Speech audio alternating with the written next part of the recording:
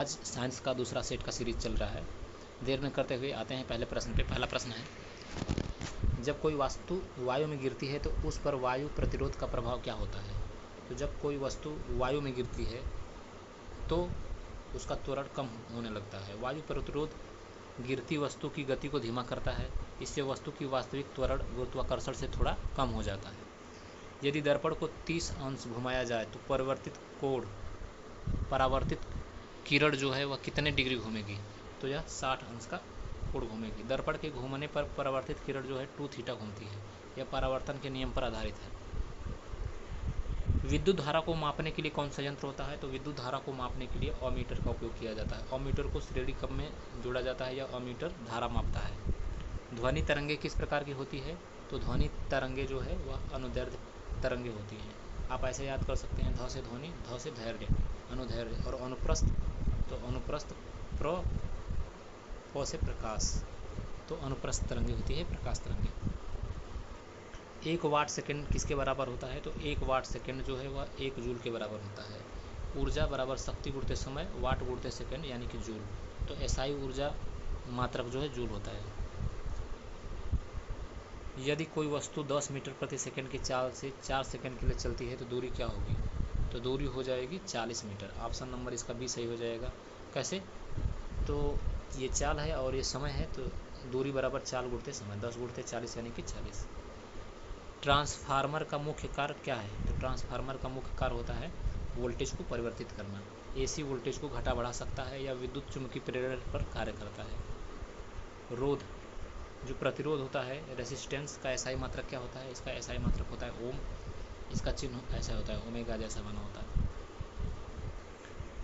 परिवर्तन नियम में कौन कौन से कोण बराबर होते हैं।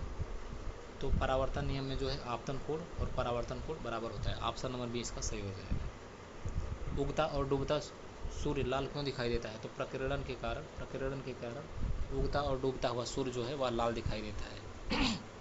सुबह शाम वायुमंडल मोटा होता है। स्थैतिक घर्षण किससे संबंधित है। तो रुकती हुई वस्तु से संबंधित है स्थैतिक घर्षण। यदि किसी वस्तु पर कोई बल न लगे तो वह, जब वस्तु पर बल ही नहीं लगेगा तो वह स्थिर या समान चाल से जाएगी। ऑप्शन नंबर सी इसका सही हो जाएगा। न्यूटन का प्रथम नियम लागू होता है। तापीय ऊर्जा का प्रमुख स्रोत क्या है। तो तापीय ऊर्जा का प्रमुख स्रोत है सूर्य। पृथ्वी पर ऊर्जा का प्रमुख स्रोत जो है सूर्य है। यह विकिरण के रूप में ऊर्जा को भेजता है।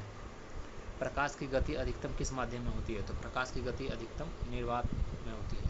निर्वात में कोई रुकावट नहीं होती है। प्रकाश की गति 3 × 10⁸ मीटर प्रति सेकेंड। गतिज ऊर्जा किस पर निर्भर करती है। तो यह द्रव्यमान व वेग दोनों पर निर्भर करती है। ऑप्शन नंबर सी इसका सही हो जाएगा। वेग का वर्ग होने से यह ज़्यादा प्रभाव डालता है। ये थे फिजिक्स से रिलेटेड 15 प्रश्न। अब बायोलॉजी से 15 प्रश्न 16 से 30 तक। उसके बाद फिर 10 क्वेश्चन जो केमिस्ट्री से रहेगा। टोटल 40 क्वेश्चन रहेगा जो 7-8 मिनट में हम लोग फास्ट रिविजन कर पाएंगे। मनुष्य की त्वचा में पाया जाने वाला रंग द्रव्य क्या कहलाता है। तो मेलानिन होता है, जो सांवला और गोरे को दिखाता है कि हाँ, जिसमें मेलानिन की मात्रा ज़्यादा होती है वो थोड़ा सांवला होता है, और जिसमें कम होता है वो थोड़ा उसका स्किन साफ़ सुथरा रहता है। तो त्वचा में जो पाया जाता है रंग द्रव्य वो मेलानिन होता है। ऑप्शन नंबर सी इसका सही हो जाएगा। कौन सा अंग मनुष्य की सबसे तेज वृद्धि दर वाला होता है। तो सबसे तेज बढ़ने वाला होता है नाखून। ऑप्शन नंबर डी इसका सही हो जाएगा। पित्तरस अंग किस अंग द्वारा स्रावित होता है। पित्तरस तो यकृत द्वारा स्रावित होता है। पित्तरस जो है यकृत द्वारा बनाया जाता है और पित्ताशय में जाके यह स्टोर होता है, एकत्रित होता है। शरीर में आरबीसी का औसत जीवन काल कितना होता है। तो आरबीसी का औसत जीवन काल होता है 120 दिन। ऑप्शन नंबर 20 का सही हो जाएगा। इसके बाद आरबीसी को प्लीहा में नष्ट किया जा सकता है। प्लीहा को आरबीसी का कब्र भी कहा जाता है। थायराइड ग्रंथि किस हार्मोन का निर्माण करती है। तो थायराइड ग्रंथि जो है वह थायरॉक्सिन का निर्माण करती है। ऑप्शन नंबर सी इसका सही हो जाएगा। थायरॉक्सिन शरीर के चयापचय को नियंत्रित करता है और आयोडीन की कमी से इसकी कमी हो जाती है। थायराइड ग्रंथि। रुधिर समूह की खोज किसने किया था। ब्लड ग्रुप का खोज किए थे कार्ल लैंडस्टीनर। ऑप्शन नंबर 20 का सही हो जाएगा। इन्होंने एबू रक्त समूह की खोज 1901 में की थी। उन्हें नोबेल पुरस्कार भी मिला था इस काम के लिए। मानव शरीर में कुल हड्डियों की संख्या 206 होती है। उसके बाद अगला प्रश्न है, मस्तिष्क के कौन से भाग को जीवन केंद्र कहा जाता है। तो मस्तिष्कांकुर, मेडुला ऑब्लेंगेट। मधुमेह किस अंग के के कार्य के कारण होता है? तो अग्नाशय। अग्नाशय इंसुलिन की कमी या अप्रभाविता से ब्लड शुगर बढ़ जाता है। अग्नाशय के बीटा कोशिका से इंसुलिन का निर्माण होता है, इसलिए अगर अग्नाशय खराब हो जाता है तो मधुमेह रोग बनने के चांसेस हो जाते हैं। HIV वायरस शरीर में सबसे पहले किस कोशिका को प्रभावित करता है? तो HIV वायरस जो है वह टी हेल्पर सेल्स को सबसे पहले प्रभावित करता है। यह रोग प्रतिरक्षा प्रणाली को कमज़ोर करता है। CD4+ कोशिकाएं लक्ष्य होती हैं इसका, HIV वायरस का। किस विटामिन की कमी से रक्त का थक्का नहीं बनता है? तो विटामिन के की कमी से रक्त का थक्का नहीं बनता है। अगर रक्त में बात किया जाए तो प्लेटलेट्स की कमी से थक्का नहीं बनता, क्योंकि प्लेटलेट्स जो है वो भी रक्त का थक्का बनाने में मदद करता है। रक्त को शरीर में शुद्ध करने का कार्य कौन करता है? तो वृक्क, किडनी जो है वह रक्त को शुद्ध करने का काम करता है। प्लाज्मा किस चीज़ से बना होता है? प्लाज्मा बना होता है जल, प्रोटीन और खनिज से। ऑप्शन नंबर सी हो जाएगा। प्लाज्मा में 90% जल होता है। एल्ब्यूमिन, ग्लोब्यूलिन जैसे प्रोटीन भी होते हैं। टीबी रोग किस जीवाणु के कारण होता है? तो माइकोबैक्टीरियम ट्यूबरकुलोसिस। ऑप्शन नंबर 20 का सही हो जाएगा, बी ऑप्शन नंबर। खांसी, बलगम, बुखार इसके लक्षण होते हैं टीबी के। मनुष्य के शरीर में कौन सा अंग सबसे अधिक ऊर्जा की खपत करता है? तो मनुष्य के शरीर में सबसे अधिक ऊर्जा का खपत करता है मस्तिष्क। ये शरीर की कुल ऊर्जा का लगभग 20% अकेले उपयोग करता है। न्यूरॉन्स की सक्रियता के लिए निरंतर ग्लूकोज और ऑक्सीजन चाहिए होता है। केमिस्ट्री से 10 प्रश्नों को अब देखेंगे। पानी में बर्फ तैरती है, क्यों? क्योंकि उसका घनत्व पानी से कम होता है। ऑप्शन नंबर सी इसका सही हो जाएगा। कम घनत्व होने पर वह ऊपर तैरती रहती है। कौन सा तत्व सामान्य तापमान पर द्रव अवस्था में होता है?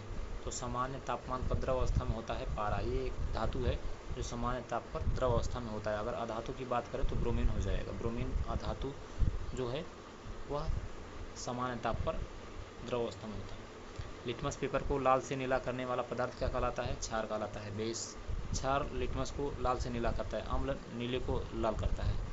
मार्बल मुख्यतः किससे बना होता है? तो कैल्शियम कार्बोनेट से बना होता है। ऑप्शन नंबर सी हो जाएगा, मार्बल। पीतल, ब्रास किस धातु का मिश्र धातु है? पीतल जो है वह तांबा और जस्ता का मिश्रण होता है, यानी कि पीतल जो है वह कॉपर और जिंक से मिलकर बना होता है। ध्वनि उपकरणों में इसका उपयोग किया जाता है। पेट में बनने वाला अम्ल कौन सा होता है? तो HCl, हाइड्रोक्लोरिक अम्ल जो है वह पेट में बनने वाला अम्ल है। यह पाचन में मदद करता है और बैक्टीरिया को मारता है। अधिकता से गैस्ट्रिक समस्या को दूर। साबुन का pH स्तर कैसा होता है? तो साबुन का pH स्तर 8 से 10 होता है, यानी कि साबुन क्षारीय होता है, इसलिए इसका pH मान 7 से अधिक होता है। यह त्वचा पर कठोर हो सकता है। पानी की स्थायी कठोरता किससे होती है? तो पानी की स्थायी कठोरता जो है calcium sulphate, option number C इससे होता है। सल्फेट और क्लोराइड लवण की स्थायी कठोरता होती है। इसे केवल रासायनिक विधियों द्वारा ही हटाया जा सकता है। शुद्ध सोने को कितने कैरेट कहा जाता है? तो शुद्ध सोने को 24 कैरेट कहा जाता है। ऑप्शन नंबर ए इसका सही हो जाएगा। 24 कैरेट 100% शुद्ध सोना। 22 कैरेट में 91.6% सोना होता है, बाकी अलग धातुएं होती हैं। जल का रासायनिक सूत्र H2O में H और O के अनुपात का अर्थ क्या है? तो इसका अनुपात का अर्थ है परमाणु अनुपात, क्योंकि हाइड्रोजन में जल में जो है H2O में हाइड्रोजन के 2 परमाणु हैं और ऑक्सीजन का 1 परमाणु होता है। यह संयोजन के नियम को दर्शाता है। तो ये थे साइंस में 40 प्रश्न, जो 15 बायो से था, 15 फिजिक्स से था और 10 केमिस्ट्री से था। आपको वीडियो कैसा लगा? अच्छा लगा तो लाइक करें, कमेंट करें और चैनल को ज़रूर से ज़रूर सब्सक्राइब करें, ताकि आप कम समय में कम से कम साइंस के 40 प्रश्नों को फास्ट रिवीजन कर पाएँ। धन्यवाद।